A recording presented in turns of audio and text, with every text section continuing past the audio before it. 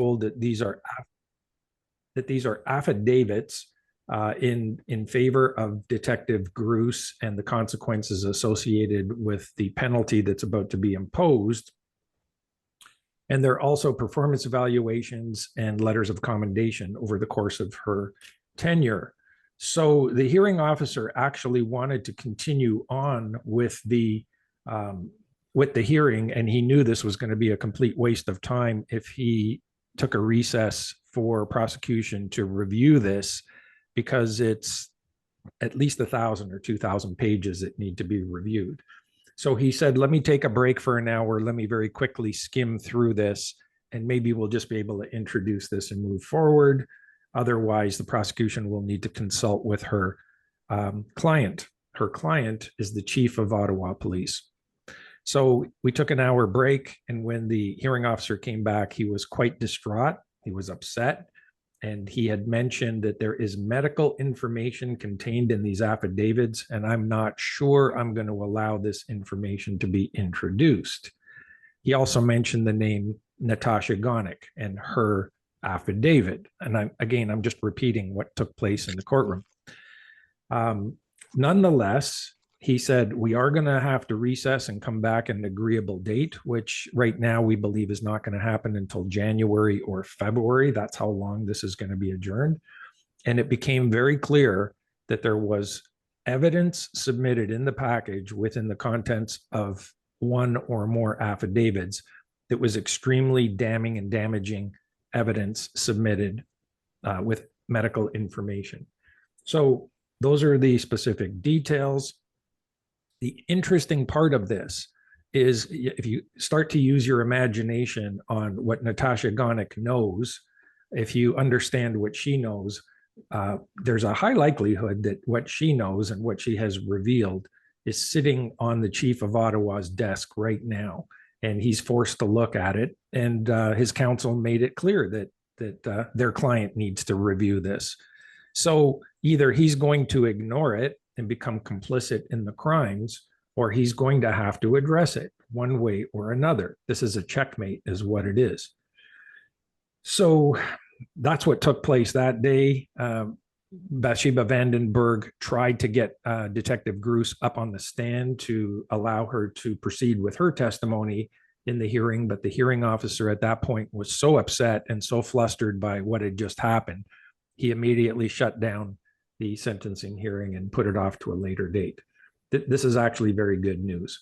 So we now have additional time for other people to submit affidavit submissions on behalf of Helen's case. Right now, if you want to know how to do that, navigate your way to donaldbest.ca, and he has this posted on his website, and you'll be able to do it.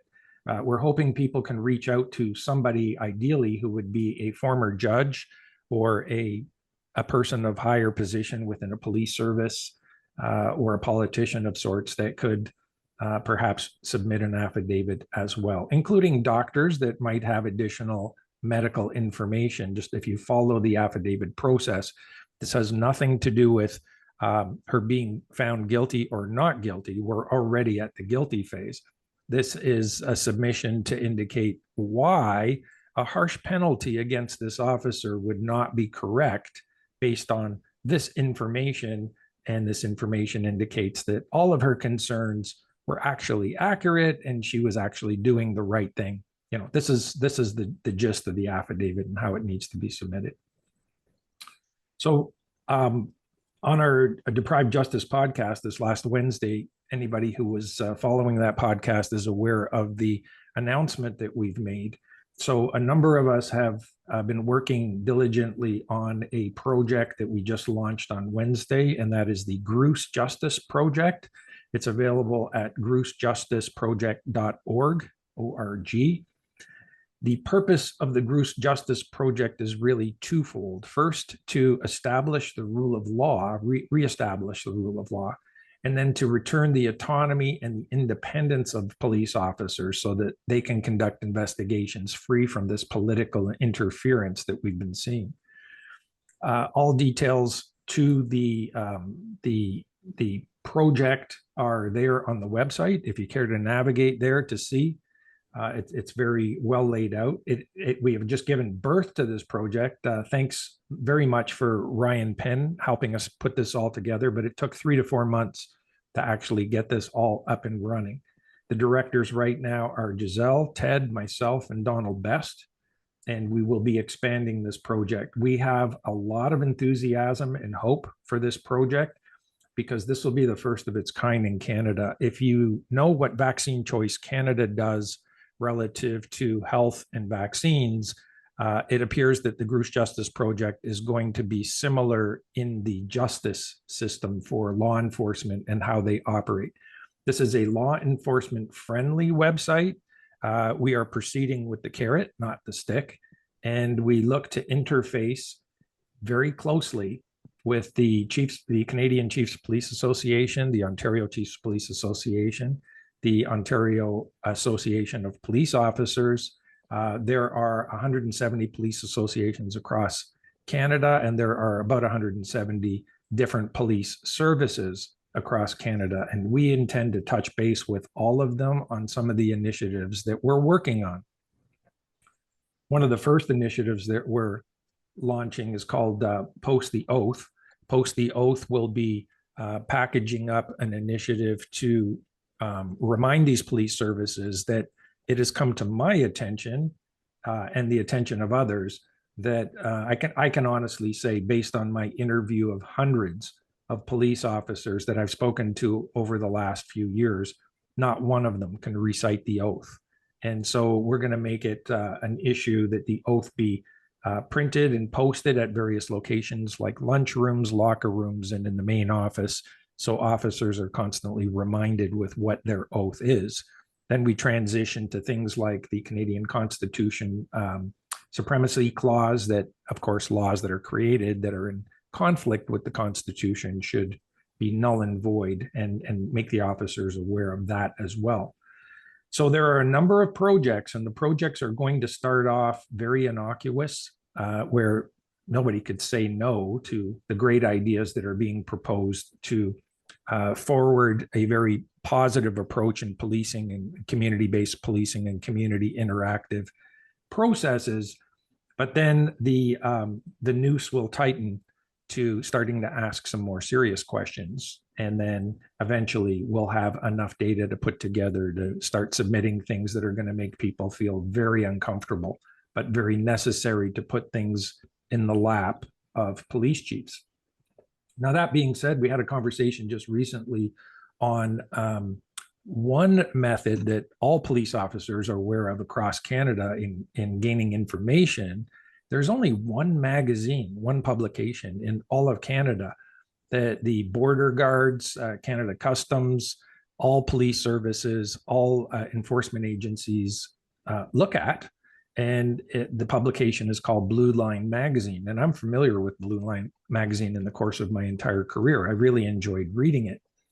However, I just stumbled across something. Giselle had just sent me a snippet of an article from Blue Line, and it went on about Diagolon and how Diagolon is really being considered as a pseudo-terrorist organization. I read the article, and this just blew me away this morning. So the article talks about its source material for the article was the ADL in the US, the Anti-Defamation League, probably one of the least trustworthy organizations on the planet. And the second one happened to be the Canadian Anti-Hate Network for providing information for this article. Who wrote the article? The article was written by somebody that I know, and from around 1995 to about 2015, he was the psychologist for the Ontario Provincial Police, and he's now retired. He wrote the article. This guy is quoting complete garbage information with no footnotes, no data to support his claims, but he writes an article about how Diagolon is to be considered. You have to understand that every law enforcement agency, every police officer reads this magazine, they read these articles, and you wonder why they have this certain mindset when they're approaching people, protesters. I haven't even had the opportunity to dig into deeper articles, but I just realized this morning that this is going to become a huge component of the Gruce Justice Project in acknowledging the amount of work that we have to do to get through to police officers about just how egregious and false information is within the media that then translates to the ADL and translates the Canadian Anti-Hate Network and works its way in a pervasive manner through Blue Line Magazine into every police detachment that they gobble up and think is fantastic. I'm not sure how we're going to break through this, but I am very excited about the challenge, because if Blue Line Magazine doesn't want to work with us in the capacity of straightening these issues out, then we do a whole article on Blue Line Magazine and expose what they're printing with factual information and data that all ties to just how screwed up police officers have become in this country. So that's what we're working on. There's a whole number of projects and initiatives. It's a very exciting time, but we cannot do it alone. We're going to require some financial support so that we can do our mailings and keep up and running, keep the lights on. We're also assisting towards helping with the project of coordinating a documentary on Helen Gruce's situation, putting out professional video content on all of these issues. So we're really doing a deep dive into the justice system in a way that has not been done in this country before. I think that pretty much sums it up, Ted, unless I've missed something. You've covered it well. We've got a couple of hands, and then maybe I'll make some comments. Wayne? Yeah, real quick. I'm just curious, Vincent, would there be any value with or for people copies of their it's, for example, the police chief in Ottawa, that sort of thing? I necessarily in the case and stuff like that, or get our feet in any glue that we shouldn't. But it's just a thought that maybe it'll help put pressure on it. Sorry, Wayne, you're cutting in and out, and I missed what your question was. Is there any value in... Wayne is frozen now. Wayne, why don't you try taking out your video and maybe your audio will improve. Or maybe we've already lost him. Let's go to Lex while we're waiting for Wayne. Lex? Oh, Vincent, I wanted to ask, like, what's the sentencing that Helen Grue is facing? What kind of sentence is she facing? That's a very good question. So that was the most important question of the sentencing hearing, is what is the penalty going to be? And the concern is that at the beginning of this investigation, Detective Gruce was served with a form called the Notice of Increased Penalty. And that means that we're coming after you for something big. Don't expect a small penalty. This is going to be a big penalty. And that means up to termination. So on the last day, there was some argument about what exactly this penalty was going to be, and the fact that this hearing is very important because it could end up most likely being a termination of employment. And the prosecutor made it very clear that they are not seeking termination. And they spelled out what they are seeking is demotion from first class to second class for 24 months.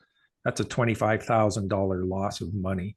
It's also a loss of status within the service, and it's also a loss of opportunity for promotion, and it's also a loss of the opportunity for this absolutely upstanding officer who had exemplary performance evaluations for 22 years to get an exemplary service medal at 25 years, because now she's been demoted. So it's a real kick in the teeth. But if regardless what happens in the sentencing, this is going to be appealed and eventually end up in a proper courtroom where all the information, including all of the affidavits, will be allowable and will be submitted and will be heard. If they're not heard at this case, they're going to be heard in the future case. Well, so all this bureaucracy for a demotion, max, that's it. Like, I mean, they're like out of control. Yeah, and so far I think it's embarrassing to be the government $1 million on this case, 2.5 years. An inspector who is the head of Professional Standards Bureau had to resign because he committed a criminal offense of threatening this officer and was going to be charged criminally if he didn't leave the service. So he left. It's a complete shit show. It's like the worst thing I've ever seen in my entire career. I mean, nothing like this ever happened in my 32 years of police service. That's how bad it is. It's China. Like, I mean, that's all I can say. Like, Yeah. a demotion, 25 grand. Well, as we've been talking about this, and I just saw Brian put it into the chat, this isn't Helen Grews on trial. This is our justice system, our law enforcement Yes. system on trial. Yeah. Peter, you got something? Yeah, just Vincent, how do we contribute to your project? This is something we all got to support. Yep. So if you go to the GrooseJusticeProject.org, there are a number of ways that people contribute on the donate page. You can make an e-transfer. There's PayPal. There's Stripe. I think we even take Bitcoin or various forms of crypto. So yeah, there's a whole page worth of different ways that you could make a donation. But you know, where the costs are going to come into play, the more money we have, the louder our voice is going to be. And there's a number of fantastic initiatives we want to launch. And I have to say, as simple as this current setup appears, we've already been shelling out quite a bit of money out of our own pockets to get it up and running. And we've covered those costs, but we can't continue to cover the costs of mass mailouts and other things like that. We want to look professional. We want to be professional. We want to quadruple check everything we say and do. Yeah. Thanks, Vincent. Hey, people, we got to get behind this. This is pretty serious stuff. Thanks, Peter. Brian? Hey, everyone. So obviously you understand that $25,000 demotion and spending millions of dollars on it is sending a message. And the message is, if you're a police officer, stick your head up where we don't want you to stick your head up, you're going to get that head chopped off. So I think it's an important initiative to support. I will say that, you know, and everyone can attest to this that's been part of a group, donations to any part of the freedom movement have dropped anywhere from 50 to 100%. Okay. And everyone thinks this is over. It's not over. Everyone on the call knows it's not over. So it's really important to support this initiative. It's very expensive to defend, but it's also expensive to promote. And it's very important that everyone, you know, even $10, $20, tell everyone to support this, because this, you know, that saying about when you have bacon and eggs, the chicken's involved, but the pig is committed. Helen is committed. Okay. She's committed. By donating $100, $200, whatever you want to donate, you're involved. So no one's asking you to be as committed, but certainly involved. So I wanted to thank everyone involved. Thanks, Ryan. Olga, and then we'll need to move on. Hi, Vincent. Thank you so much. I apologize. My camera's not working on Zoom. Thank you so much for your continued dedication and hard work on this. I'm going to suggest to theylied.ca. I'm going to reach out to their contact at theylied.ca website and ask that they post this on either their Substack or on their website somewhere. Is there a video where you're explaining this in such a way that could be made public that I could include with that request? And I would suggest that everybody who's hearing about this reach out to contact@theylied.ca and ask that this that they include this information out there, because they are getting reach and they are taking suggestions from the public. They don't post everything, but they do consider everything. So please, this is an incredibly important initiative. This, and also Connie's message about the ostriches, and I'm sure, like, this is a tool that we need to be utilizing. Please, folks, it's not just our suggestions they take as our little grassroots group. It's all of us, which is why I keep putting it out there for you. It's a tool that we all can use. for critical things like this. Like this is something we cannot drop the ball on. What Vincent Yep. is doing and what so many others are doing. Olga, we Thank- do have a professionally done video, like a commercial on this. That's Okay. 100 seconds long, it's about a minute and a half. If you just leave your email in the chat here, I can make sure that you get a copy of it. Thank you, And- Vincent. Appreciate that. And I'll add, we've also contracted with Todd Harris, who's done a number of films on informed consent, the journey of David and Colette Stefan and other documentaries. He is going to produce a 10-minute intro to the Helen Grews story for us. But I want to make the point, this is bigger than Helen Grews. I mean, the Grews trial signifies a serious problem in law enforcement in Canada. But this is not just about Helen, it's about the issue of an independent, law-abiding law enforcement in this country.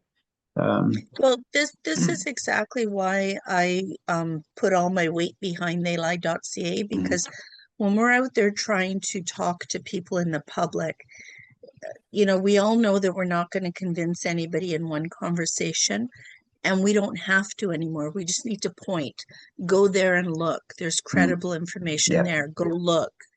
And then they're posting all this stuff. It's not a regurgitation of the truth, like NCI is up there.